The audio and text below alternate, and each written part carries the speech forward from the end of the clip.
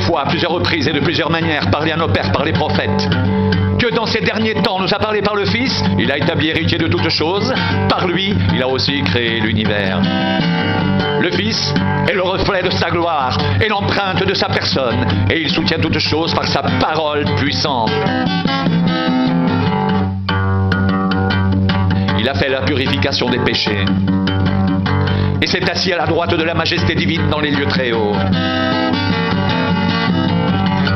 Il est devenu d'autant supérieur aux anges qu'il a hérité d'un nom plus excellent que le leur.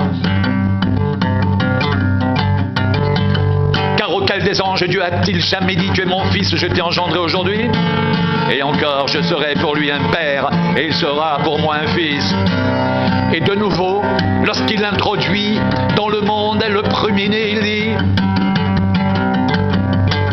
que tous les anges de Dieu l'adorent. De plus, il dit des anges, il fait de ses anges des esprits, et de ses serviteurs une flamme de feu. Mais il a dit au Fils, ton trône, ô Dieu, est éternel. Le sceptre de ton règne est un sceptre d'équité. Tu as aimé la justice et tu as haï l'iniquité. C'est pourquoi, ô Dieu, ton Dieu t'a oint d'une huile de joie au-dessus de tes collègues. Et encore, toi, Seigneur, tu as au commencement fondé la terre, et les cieux sont l'ouvrage de tes mains.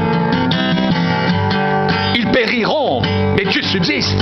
Ils vieilliront, tous, comme un vêtement. Tu les rouleras comme un manteau, et ils seront changés. Mais toi, tu restes le même, et tes années ne finiront point.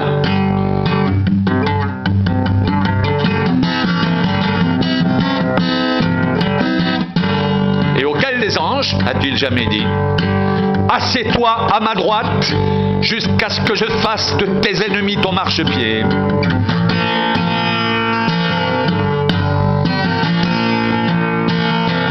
Ne sont-ils pas tous des esprits au service de Dieu, envoyés pour exercer un ministère en faveur de ceux qui doivent hériter du salut?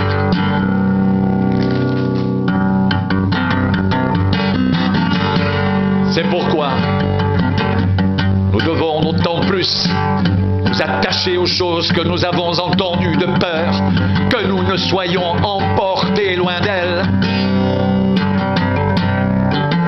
Car si la parole annoncée par des anges a eu son effet, et si toute transgression et toute désobéissance ont reçu une juste rétribution, comment échapperons-nous en négligeant un si grand salut?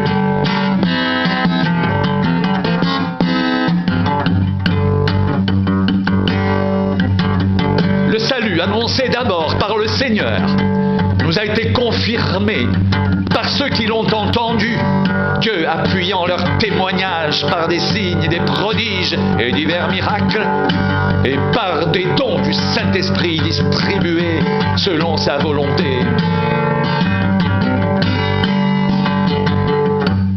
En effet, ce n'est pas à des anges que Dieu a soumis le monde à venir dont nous parlons. Or, quelqu'un a rendu quelque part ce témoignage.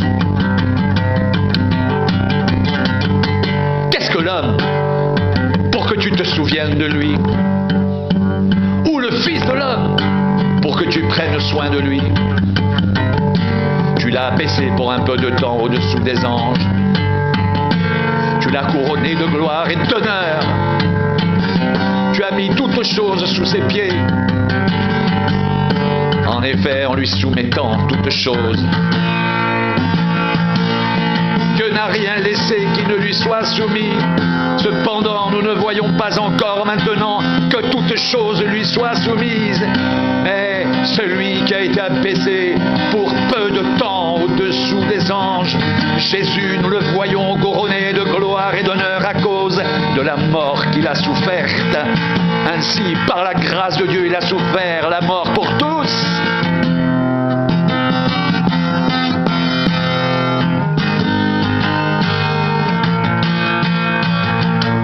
Il convenait en effet que celui pour qui et par qui sont toutes choses et qui voulait conduire à la gloire beaucoup de fils, est élevé à la perfection par les souffrances, le prince de leur salut, car celui qui sanctifie et ceux qui sont sanctifiés sont tous issus d'un seul. C'est pourquoi il n'a pas honte de les appeler frères lorsqu'il dit « J'annoncerai ton nom à mes frères ». Je te célébrerai au milieu de l'assemblée et encore, je me confierai en toi et encore, me voici moi et les enfants que Dieu m'a donnés. Ainsi donc, puisque les enfants participent au sang et à la chair, il y a également participé lui-même, afin que par la mort, il rende impuissant celui qui avait la puissance de la mort, c'est-à-dire le diable. Mais il délivre tous ceux qui, par crainte de la mort, étaient toute leur vie retenus dans la servitude.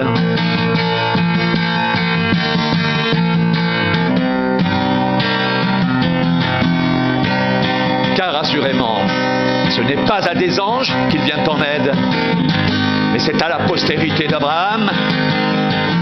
En conséquence, il a dû être rendu semblable en toutes choses à ses frères, afin qu'il soit un souverain, sacrificateur, miséricordieux et fidèle dans le service de Dieu, pour faire l'expiation des péchés du peuple, car du fait qu'il a souffert lui-même et qu'il a été tenté, il peut secourir ceux qui sont tentés.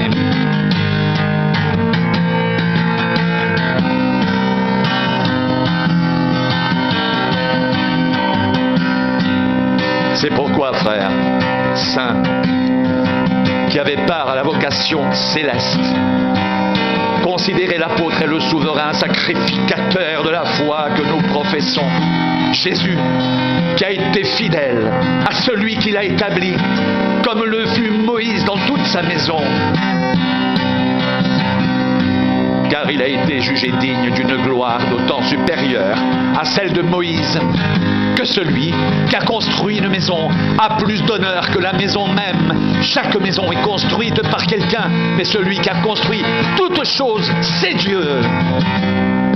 Pour Moïse, il a été fidèle dans toute la maison de Dieu comme serviteur pour rendre témoignage de ce qui devait être annoncé.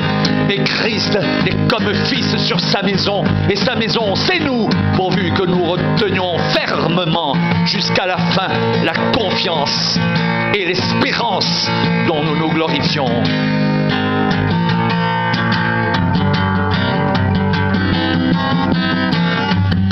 C'est pourquoi,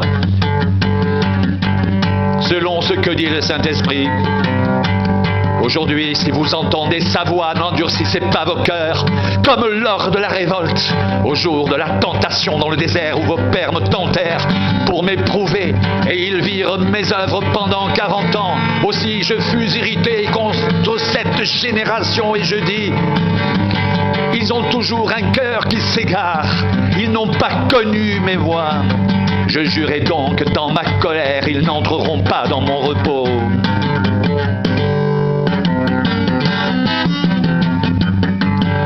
Prenez garde, frères, que quelqu'un de vous n'ait un cœur mauvais et incrédule au point de se détourner du Dieu vivant. Mais exhortez-vous les uns les autres chaque jour, aussi longtemps qu'on peut dire aujourd'hui, afin qu'aucun de vous ne s'endurcisse par la séduction du péché. Car nous sommes devenus participants de Christ, pourvu que nous retenions fermement jusqu'à la fin l'assurance que nous avions au commencement, pendant qu'il est dit, aujourd'hui, si vous entendez sa voix, n'endurcissez pas vos cœurs comme lors de la révolte.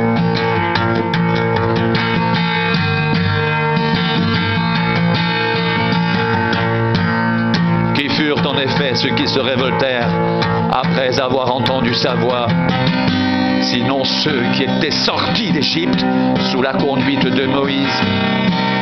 Et contre qui fut-il irrité pendant 40 ans, sinon contre ceux qui péchèrent et dont les cadavres tombèrent dans le désert? Et à qui jura-t-il qu'il n'entrerait pas dans son repos, sinon à ceux qui avaient désobéi? Aussi voyons-nous qu'ils ne purent y entrer à cause de leur incrédulité.